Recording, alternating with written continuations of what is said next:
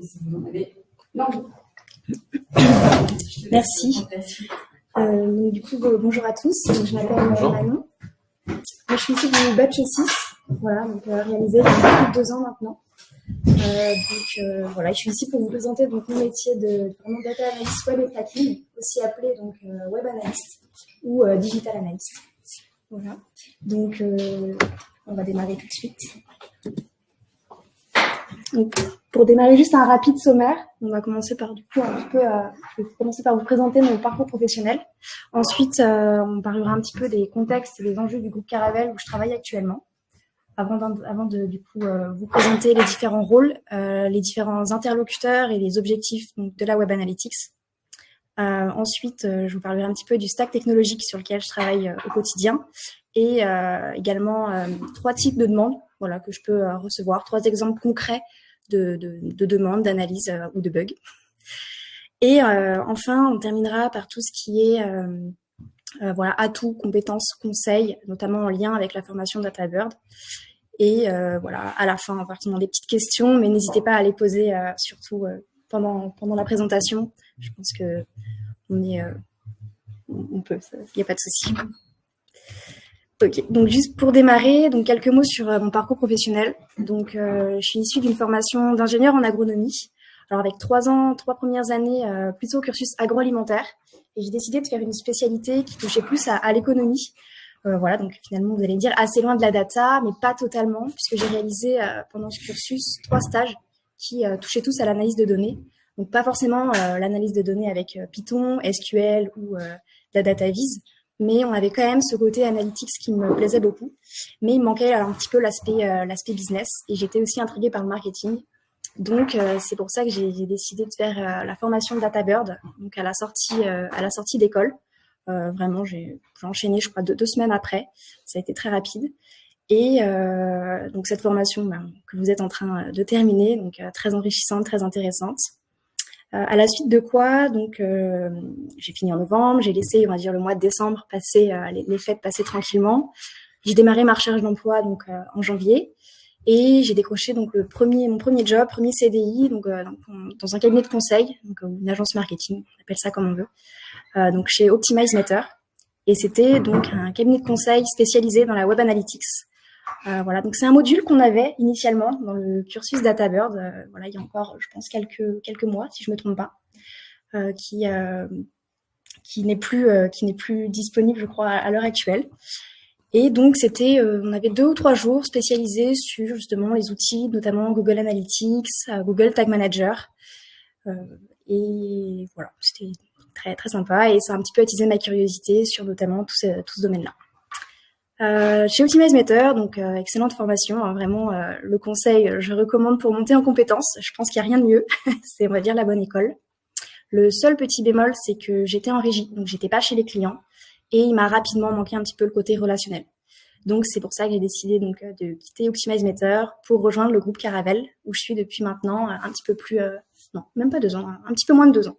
Voilà, je suis arrivée en septembre 2022 sur un poste voilà, web analyst et tracking, globalement très très proche de ce que je faisais chez OptimizeMeter.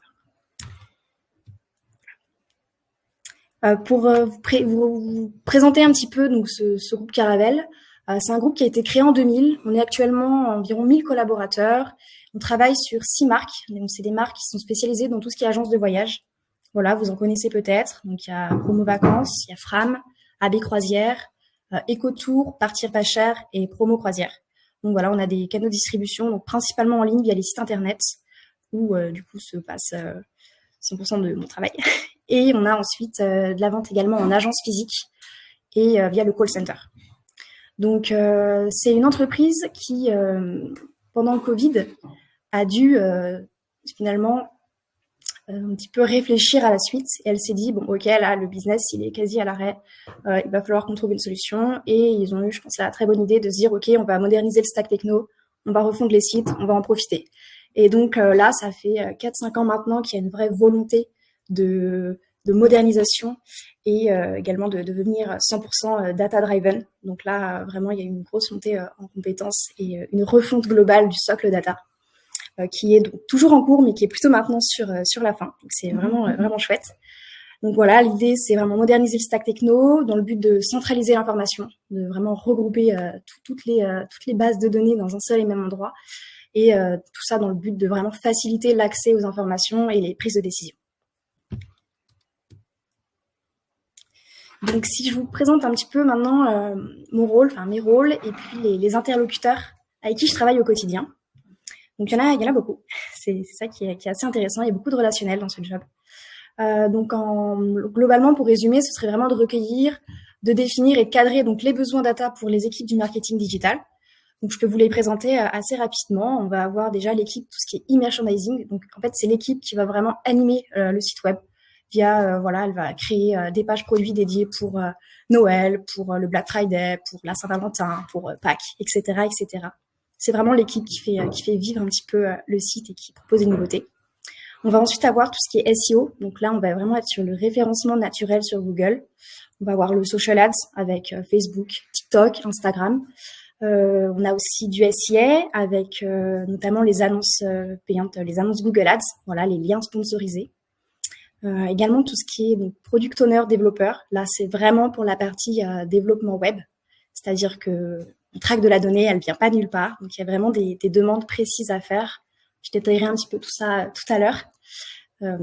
Voilà. On a également l'équipe CRM. Le CRM, c'est notamment ceux qui gèrent les newsletters, mais pas que. Voilà. Tout ce qui est gestion de la relation client. Et enfin, un pôle affiliation. Et l'idée, c'est vraiment de recueillir, de définir le besoin avec toutes ces équipes. Derrière, il s'agit de collecter la donnée, puis de l'analyser. L'idée, c'est vraiment aussi de la mettre à disposition, notamment via des dashboards. Donc, je sais que vous n'avez pas encore vu la partie DataVis, mais que ça va arriver très prochainement. On a ensuite un gros volet qui est aussi formation et accompagnement des équipes sur les outils d'analyse, parce que des équipes qui sont formées, ça permet de prendre des décisions beaucoup plus rapidement. C'est aussi des décisions, vraiment, ça permet d'éclairer les prises de décision et d'accélérer les process. C'est super important.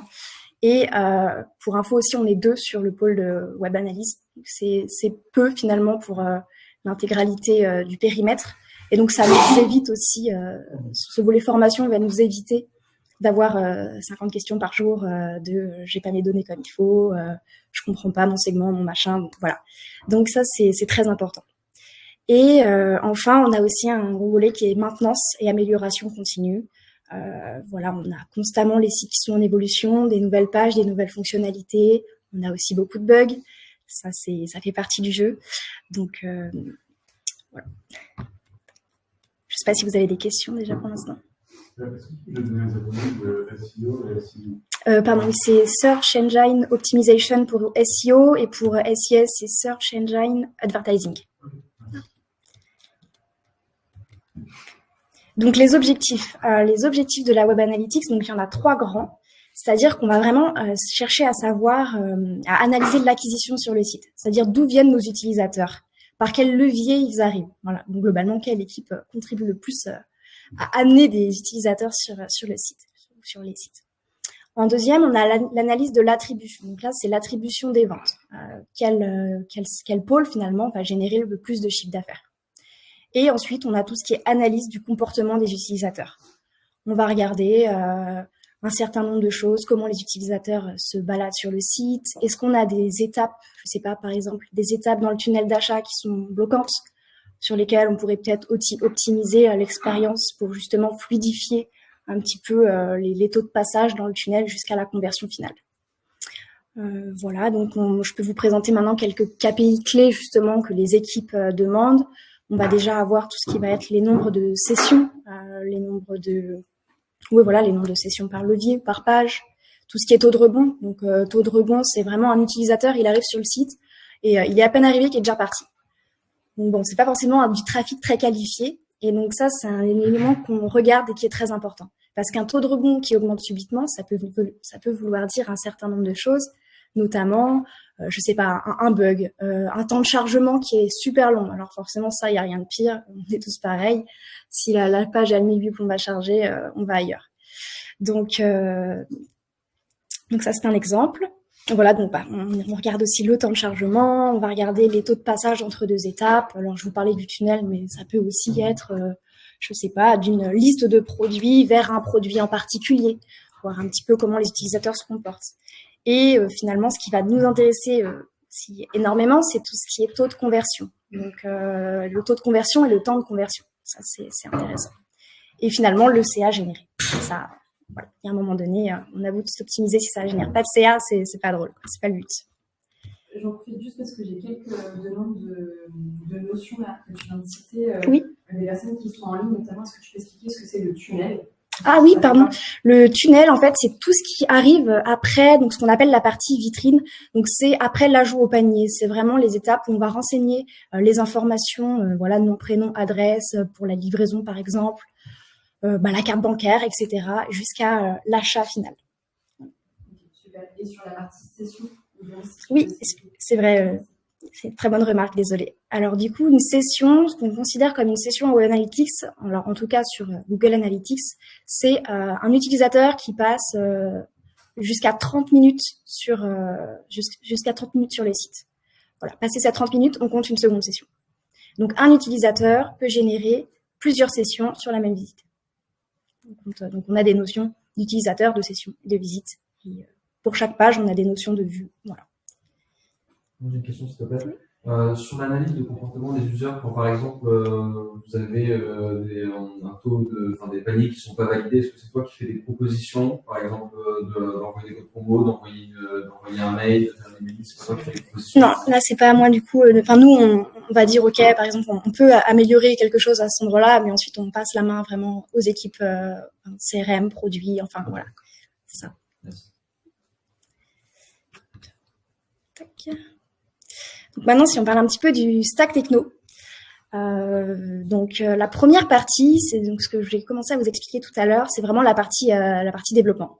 C'est-à-dire, on va prendre l'exemple, là, on veut intégrer une nouvelle page sur le site. Et donc, la première étape, donc on va créer les maquettes, etc., etc. Une fois que le projet démarre, on va scinder toutes les étapes à réaliser pour développer correctement cette page en tickets Jira. Donc Jira, c'est vraiment un outil de gestion de projet tech.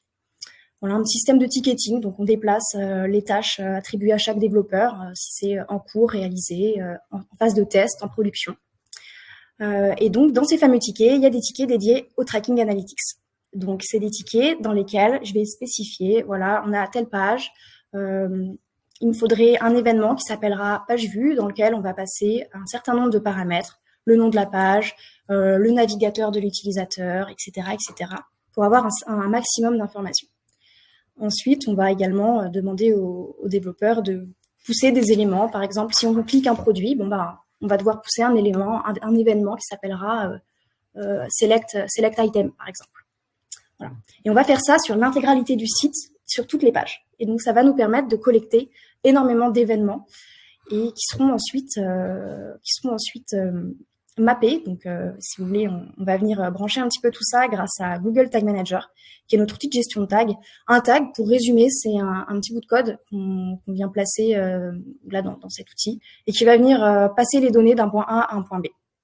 Voilà. Donc, dans certaines conditions qu'on viendra paramétrer. Il y a beaucoup de paramétrage dans cet outil. Voilà, donc il y a un Google Tag Manager pour chaque site. Et cet outil va envoyer ensuite la donnée dans les différents outils qu'on va utiliser. Donc on va avoir, je l'ai mentionné un petit peu plus tôt, tout ce qui est Google Analytics. Nous, on est sur la version, maintenant c'est la version 4. C'est vraiment un outil très complet dans lequel on peut avoir un fort niveau de détail, notamment sur tous les événements. On est capable d'avoir tout ce qui est le nom de produit, l'ID de produit, dès qu'on sélectionne un produit, j'entends. Donc, et plein d'autres détails. Toutes ces données, elles sont également envoyées dans l'outil Content Square. Donc, Content Square, c'est également un outil d'analyse. Et lui, il va avoir une particularité puisqu'il va être focus sur l'expérience utilisateur. Donc, je vais juste vous montrer rapidement un exemple. Je reviendrai un petit peu après sur la slide précédente. Là, on a deux exemples. Donc, à gauche, on a Google Analytics. On va avoir, si vous voulez, un outil avec différents rapports dans lesquels on va avoir énormément de données disponibles. C'est un outil qui, à mon sens, est un petit peu moins intuitif parce que plus complet sur certains aspects, donc un petit peu des fois plus difficile à prendre en main, mais qui est très puissant. Et voilà, Content Square, qui est également un excellent outil et qui est focus également sur l'expérience utilisateur. Donc là, vous avez un exemple de zoning. C'est un peu leur outil phare, j'ai l'impression. C'est vraiment génial. On est capable de savoir sur n'importe quelle zone de n'importe quelle page combien on a eu de clics, quel est le je sais pas, le taux de scroll, quel est le taux de conversion sur cette zone. Enfin, vraiment, c'est assez fou. On peut avoir énormément de détails. Et donc, ça nous permet d'identifier plein d'améliorations potentielles. Donc là, un exemple typique, c'est on peut regarder le nombre de clics sur chacune des zones. Et donc parfois, on arrive, on voit une page et puis on voit qu'il y a une zone, il y a une zone de clic qui est surcliquée. Et en fait, ça peut être ce qu'on appelle du rage click. Donc les utilisateurs s'acharnent et là on se dit ok, bon ils cherchent quelque chose qu'ils ne trouvent pas. Qu'est-ce que c'est? Et donc comment on peut répondre à ce besoin en améliorant et puis voilà, en optimisant. Ouais, on emploie vraiment ce terme.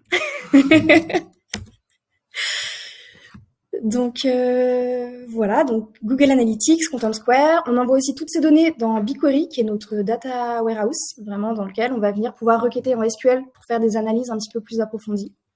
Je requête pas systématiquement, enfin je requête pas tous les jours en SQL, mais ça arrive quand même assez fréquemment. En parallèle, on envoie également ces informations pour tous nos partenaires ads, Google Ads, Facebook Ads, TikTok Ads.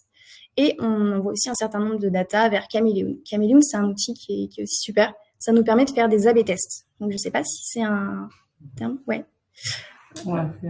Ah, parfait. Bon, voilà, c'est parfait. Et donc, on réalise un certain nombre d'A/B tests. Donc là, en l'occurrence, ça y est, les sites sont globalement tout beaux. Et donc, l'idée, ça va être de venir encore améliorer l'expérience utilisateur au maximum. Et donc, on est vraiment dans un système, là, c'est de l'amélioration continue. Donc, on mène plein d'analyses, plein d'A/B tests pour justement trouver des pistes. Enfin, non, pas justement pour trouver des pistes. On cherche les pistes avec Content Square et ensuite, on les actionne avec Chameleon. Et si c'est concluant, on les met en production. Et ensuite, donc, toutes ces données sont ensuite disponibles dans les outils de data visualisation. Donc, nous, on travaille beaucoup sur Looker Studio et Power BI. Je sais que justement, vous allez travailler prochainement sur Power BI, donc c'est parfait, c'est un excellent outil. Voilà, Looker Studio qui est aussi un outil très intuitif. Je trouve que vraiment c'est top et ça vous permet de mettre en forme tout ça, de faire des jolis dashboards pour les équipes. Et puis voilà, et un conseil, toujours demander aux équipes un petit croquis du dash voulu. Ça évite de partir dans tous les sens parce que vraiment ça fait perdre parfois beaucoup de temps. Pourquoi vous utilisez dans votre groupe les deux logiciels Power BI et Looker? Parce que c'est une très bonne question. C'est vrai qu'actuellement, là je vous ai parlé donc on va dire du stack données web. C'est vrai que toutes ces données sont, pas toutes ces données, notamment les données Google Analytics, les données vraiment de trafic web sont envoyées dans le socle data commun, où là on regroupe les données aussi finance, RH, etc., etc. Et donc, sur ce socle data commun, c'est Power BI. Looker, alors c'est plus parce que tous les outils Google sont très pratiques, ils se voient très bien les uns avec les autres, donc du coup, c'est très simple à utiliser. Voilà, et donc, comme on a pris l'habitude depuis quelques temps d'utiliser Looker, on continue, mais c'est vrai qu'à terme, je pense qu'on va utiliser de plus en plus Power BI. Ouais. Tac. Ça, on a vu. Donc maintenant, je vais vous présenter 3 exemples de missions. Donc, on en a un petit peu parlé là précédemment. Donc, par exemple, la création d'une nouvelle page ou d'une nouvelle fonctionnalité sur un des sites. Et donc, on reprend un petit peu le schéma de tout ce qui est prise de briefing, voilà, création de ticket Jira, la recette. La recette, c'est tout ce qui est test. Il y a plusieurs phases de test avant de mettre en production des améliorations. On a aussi tout ce qui est mis en place, donc après de la collecte, la création de dashboards, d'analyses diverses. Réalisation aussi, par exemple, d'un A/B test pour tester donc une nouvelle mise en page. Je sais pas, nous on travaille dans le tourisme, donc on va avoir, vous imaginez, une page sur laquelle on peut sélectionner via plein de filtres différents voyages, différents paramètres. Et donc on peut se dire, d'accord, le filtre, par exemple, prix, on peut peut-être, je sais pas, le remonter ou le filtre pour choisir la pension, on peut peut-être le baisser, etc. Et donc tout ça, ça peut faire partie donc d'A/B test. Et donc là, finalement, l'idée, ça va être de configurer donc l'outil Caméléon, d'analyser ensuite les résultats grâce aux outils Caméléon, Google Analytics, Content Square et BigQuery. Tout ça, en fait, ils se connectent tous. Donc ça, c'est ça qui est génial, c'est que l'idée, c'est vraiment d'utiliser au max tous les outils pour un petit peu maximiser les analyses et obtenir le maximum d'informations. Voilà. Et en dernier, alors un élément aussi qui est assez important, c'est que on peut avoir beaucoup d'anomalies, de bugs. C'est-à-dire que le tracking donc est assez solide, bien sûr, mais on n'est pas à l'abri qu'on ait des éléments qui sautent. C'est-à-dire qu'on a des mises en production, donc des évolutions sur le site quasiment toutes les semaines, et ça arrive ponctuellement. On est une perte de données sur un événement ou sur une page, etc. Et donc là, il faut réagir très très vite parce que de la donnée perdue, c'est de la donnée qu'on ne récupérera jamais. Et donc, il faut se dépêcher pour corriger au plus vite pour limiter la perte des datas. Voilà. Maintenant, si on parle un petit peu donc vraiment de DataBird, tout ce qui est atout, compétences, conseils. Donc déjà, c'est vrai que c'est une formation qui est très complète, qui permet d'être rapidement opérationnel en data analyse. C'est une formation aussi qui permet vraiment de briser un petit peu le plafond de verre, qui permet vraiment de prendre confiance. Ça, c'est super important parce que à partir du moment où on devient data analyst, il faut savoir s'adapter et apprendre assez rapidement. C'est vrai que c'est assez fou à quel point les outils évoluent vite. Et il faut vraiment rester à l'affût un petit peu des nouveautés. On est vraiment sur une formation qui donne des clés pour monter en compétence sur d'autres outils une fois en poste. Ça, c'est vraiment très important. Et en plus, souvent les entreprises payent des formations sur des outils, etc. Donc, faut vraiment pas hésiter. Le premier conseil que je pourrais vous donner, c'est vraiment de rester curieux et proactif vis-à-vis de l'apprentissage, des nouvelles compétences. Il y a vraiment énormément de blogs qui sont dispo sur Internet, sur ces domaines-là. Et ça peut vraiment être chouette. Tout ce qui... Alors, un conseil numéro 2, je dirais d'avoir un premier job donc dans une entreprise assez mature en data et avec peut-être un profil plutôt senior dans l'équipe. Quelqu'un qui puisse justement vous guider ou vous rassurer ou et vous aider à prioriser des fois certaines choses. Ça aide à monter en compétences et vraiment, je trouve que ça permet vraiment une bonne prise de confiance qui est indispensable pour évoluer rapidement. Et aussi un petit attention sur tout ce qui est les offres avec des périmètres d'action qui sont vraiment trop larges. Ça, c'est un petit peu dangereux. Il faut vraiment pas avoir peur aussi de poser des questions ou de demander de l'aide. Donc voilà.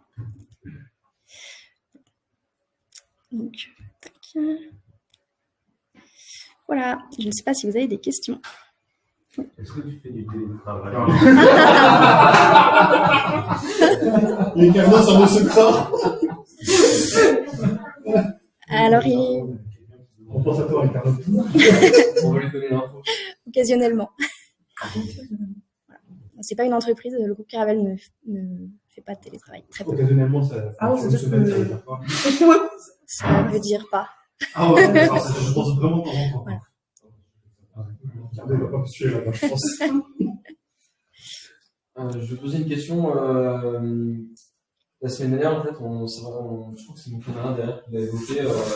On ne pose jamais des questions sur les salaires. Je ne vais pas demander ton salaire, évidemment, à voir, mais est-ce que tu connais un petit peu les salaires du marché? Du premier poste,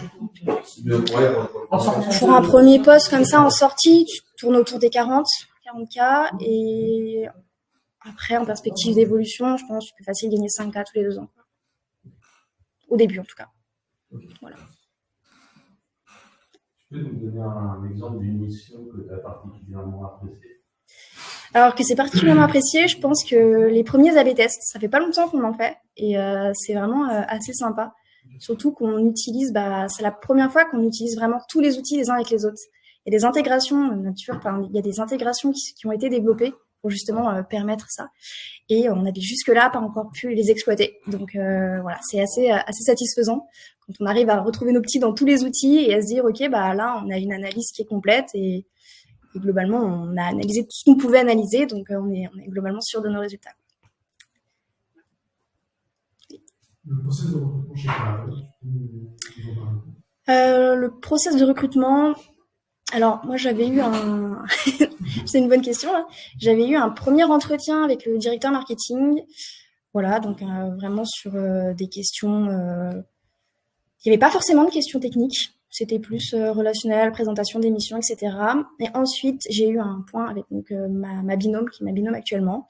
Et là c'était des questions un petit peu plus techniques. Je n'ai pas eu forcément de cas techniques, de tests techniques papier ou quoi que ce soit, mais par contre j'ai eu quand même un petit partage d'écran où on me demandait des choses, voilà. Est-ce qu'il exige une énorme connaissance en technique de développement web? En développement web, non. Il s'agit quand même de savoir un petit peu lire un code, faut un petit peu avoir les bases, parce qu'il y a quand même beaucoup d'échanges avec les développeurs. Mais non, il n'y a pas besoin d'avoir un énorme bagage, surtout qu'ils sont là si jamais on a des questions précises. Donc, oui. Et après la formation, du coup, quand vous avez postulé dans une boîte de conseil, oui. Vous avez postulé juste avec quel type de background, je veux dire, par rapport à la data? C'était essentiellement DataBird. Oui, c'est ça. C'était essentiellement DataBird. Et c'est pas de data. Bah, j'avais des stages avant, mais c'était pas du tout des stages data comme on peut pratiquer ici. Donc assez peu de bagages en soi, mais bon, ça suffit apparemment. Et du coup, comment tu as mis en avant justement tes nouvelles compétences pour ce poste-là? Je les ai mis sur le CV. Je sais pas si je les ai un petit peu trop mis en avant et que du coup j'ai eu de la chance, mais mais en tout cas ça a fonctionné. J'ai simplement mis en compétence globalement tous les outils qu'on avait appris ici, même si on les avait pratiqués un jour ou deux. Voilà. Et généralement ça rassure les employeurs, c'est-à-dire ils se disent bon ok, il y a quand même une certaine compétence. Si derrière on prouve qu'on est capable de monter en compétence sur ces outils, normalement il n'y a pas de problème. Est-ce qu'entre le stage et le travail, vous avez travaillé de côté? Entre eux la formation et le travail. Entre la formation et quand vous êtes non, j'ai pas travaillé. Ouais. Non, de votre côté sur la data. Ah. Vous continuez des cours. Non. C'est pas avec vous. Du coup, ça justifie DataBird, ça suffit. Oui, alors après, je vous cache pas que le démarrage est quand même assez rude. Faut quand même, il y a quand même une bonne montée en compétences sur les premières semaines, mois. Ouais, voilà, on est obligé de passer par là. Et vraiment, quand on est noyé dedans, c'est un petit peu comme ici finalement. Hein. Mais en entreprise, c'est sur la durée. Donc, on apprend très très vite. Ça a fallu combien de temps de temps pour retrouver un premier poste? Il m'a fallu 2 mois. Ouais. 2 mois et demi entre les premiers CV et la prise de poste. Ça fait beaucoup d'entretiens Non, je crois que j'en ai fait, je sais même plus, 3 je crois, 2 ou 3. Et c'était que dans les boîtes de conseil ou... Non, il y avait une autre, c'était une start-up, mais là honnêtement, j'ai plus le nom en tête. D'accord. Mais voilà, je me suis décidée assez rapidement. Je me suis dit franchement, ça coche toutes les cases. Donc bon, pas. Et le type de questions du coup qu'on pose, est-ce que c'est les mêmes que sur le poste que vous avez actuellement? Il y avait des questions techniques. Il y avait assez peu de questions techniques. C'est vrai que surtout que là, c'était vraiment recruté sur un poste junior. Donc il y avait eu, je crois, un petit cadre de test, on va dire un petit peu du bon sens sur, je sais plus. Je crois que j'avais eu. On avait présenté un tableau avec différentes campagnes, différents KPI, et puis il fallait dire des petites recommandations, des choses comme ça. Mais il n'y avait pas du tout de questions tech data. Mais ça, c'est parce que c'est plutôt orienté web. Oui. Okay. Oui, c'est ça. Après... Excuse-moi pour la question. Les cas en entretien, est-ce qu'ils ressemblent beaucoup aux cas que nous on a ici, par exemple, en formation? Est-ce que c'est très similaire, un petit peu Alors, moi, pour le coup, j'en ai pas eu vraiment. Ouais. Donc je pourrais pas tellement vous dire. Donc je suis désolée.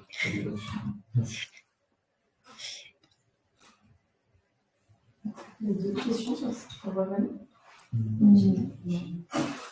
Déjà, c'est un petit peu éloigné de la data analysis, donc c'est bon. Parle pas trop par rapport à ce qu'on voulait évoluer. Bah, ça dépend. Bah, c'est justement Moi, ça me parle. faire d'autres trucs. Oui, totalement. En termes de Le truc qui est putain pur. C'est vraiment ça, ça me parle totalement. Là, je fais pas ça, c'est ça, Je veux juste être sûr, avant la table, tu avais déjà une expérience web, je pense que tu l'as évoqué tout à l'heure. Non, pas du tout. Non, j'avais pas du tout vraiment d'expérience web avant. Je connaissais vraiment avant d'arriver chez Optimize Method, je connaissais rien au web. Voilà, tout ce qui est SEO, SEO, je savais pas non plus ce que c'était. Non, mais vraiment. Est-ce que ça se rapproche du poste chef de projet AMOA? Pas tant. Ça, c'est vraiment les product owners. D'accord. Les product owners qui sont vraiment, eux, au contact des devs au quotidien et qui font énormément de gestion de tickets. Moi, c'est, on va dire, 20%, 10-20% de mon travail. Eux, on est plus sur du 80-90. Ok. Et c'est quoi à peu près votre journée entière? Ah, bonne question. Alors, il n'y en a pas. En fait, c'est un peu guidé par pas mal de choses. Alors, franchement, j'ai vraiment pas de journée type. Il y a quand même pas mal de calls avec les différentes équipes. Il y a quand même beaucoup d'interlocuteurs, donc ça c'est assez agréable, c'est sympa. Sinon, on a aussi une part de la journée qui est souvent pour la résolution de bugs, hein, ça arrive, ou alors des petites questions des équipes. On en a quand même au quotidien. Surtout que là, les effectifs ont beaucoup grossi, donc faut aussi accompagner un petit peu les équipes tous les jours. Du tracking ponctuellement, les analyses aussi, oui quand même. Donc ça, je pense que c'est 30-40% de mon travail. Il y a aussi, je pense, 15-20% de reporting. On fait pas mal de reporting sur les performances des sites. Donc ça, c'est hebdomadaire. Et puis, on a aussi tout ce qui est gestion des cookies, hein, la RGPD. Voilà, ça c'est un élément qui est aussi très important et qui peut prendre pas mal de temps. Alors, par exemple, en ce moment, c'est un petit peu un sujet chaud. Il y a une nouvelle version de ce qu'on appelle le consent mode qui passe là le 6 mars. Voilà, si vous voulez le consent mode, c'est-à-dire quand vous refusez les cookies, eh bien grâce à cet outil, on est capable de modéliser le comportement de ceux qui n'ont pas accepté pour remplir le reste des rapports dans les outils d'analyse. C'est plutôt sympa parce qu'on garde quand même une vision globale. Mais bon, ça nécessite quelques paramétrages. Et sinon, qu'est-ce qu'on a d'autre? La recette aussi, des tests. Là, je vous ai parlé d'un projet technique, mais on en a plusieurs en parallèle qui couvrent l'intégralité des sites. Et donc, ça prend finalement un petit peu de temps aussi quotidiennement. Ouais. Alors, plus ou moins, mais ça prend du temps. Voilà. Et du coup, au quotidien, comment est-ce que tu peux t'amener à bosser avec les autres équipes data? Avec les autres équipes data, assez peu. Assez peu, ouais. C'est vrai qu'on a des périmètres qui sont quand même assez distincts. Et avec l'équipe, il y a l'équipe du coup des data ingénieurs. Ensuite, je sais qu'il y a un data scientist. Et puis, il y a des analystes purs qui, eux, du coup, travaillent énormément sur tout ce qui est SQL, Python et DataVis. Mais c'est vrai on travaille à côté, hein, mais on a des projets vraiment très, très séparés. Voilà. Super. Non, c'est pas sa partie à elle, moi. Elle a dit, eux font du Python pareil. Ce que j'utilise le plus, c'est un petit peu Alors, beaucoup du coup de Google Analytics, Content Square sur les analyses. Et puis aussi beaucoup de DataVis. En fait, globalement, franchement, j'utilise quasiment tous ces outils, pas tous les jours, mais sur 3 jours, je vais utiliser l'intégralité des outils qui sont présents là. J'ai une question. Quand tu es rentré chez le groupe Caravelle, tu avais spécifié que tu avais déjà des connaissances en Google Analytics ou est-ce que tu as passé une petite certification Google pour ça? Alors non, pour le coup, j'ai absolument aucune certification. Mais c'est un plus si tu l'as, franchement, c'est top. Surtout que Google met à disposition énormément de cours, que ce soit sur Google Tag Manager, Google Analytics 4. Il y a vraiment des ressources qui sont super. Ah ouais, il recrute parce que je suis disponible dans un an.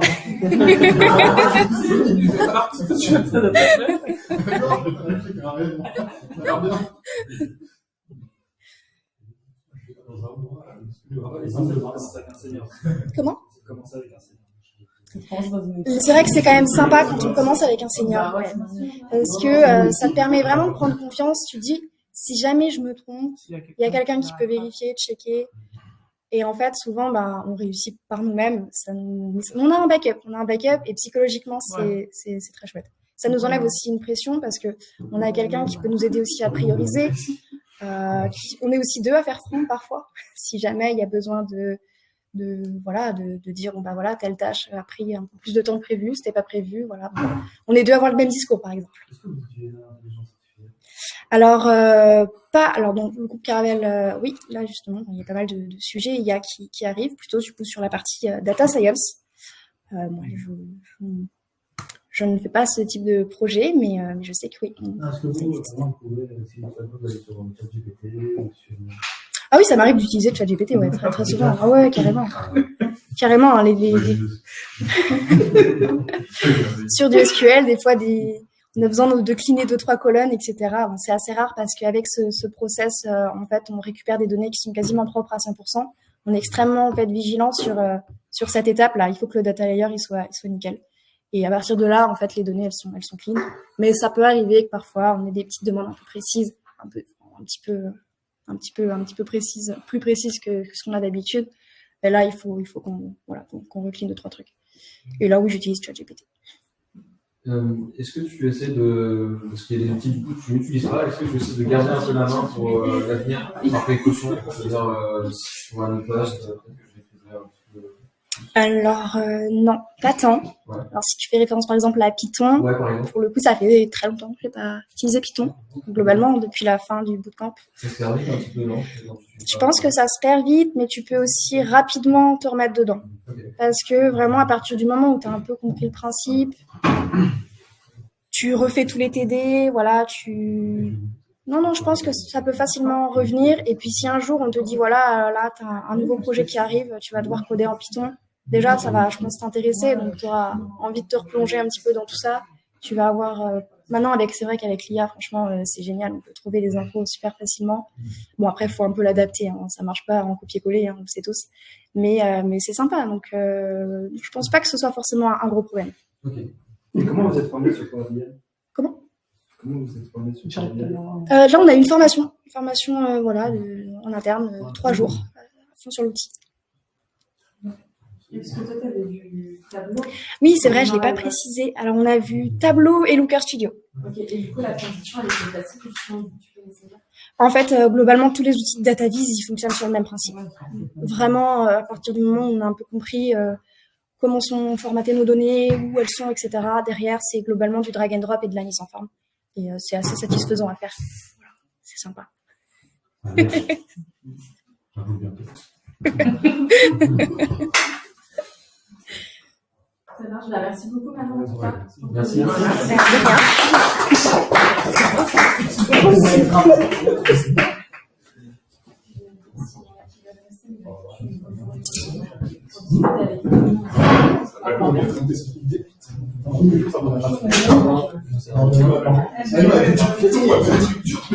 C'est facile.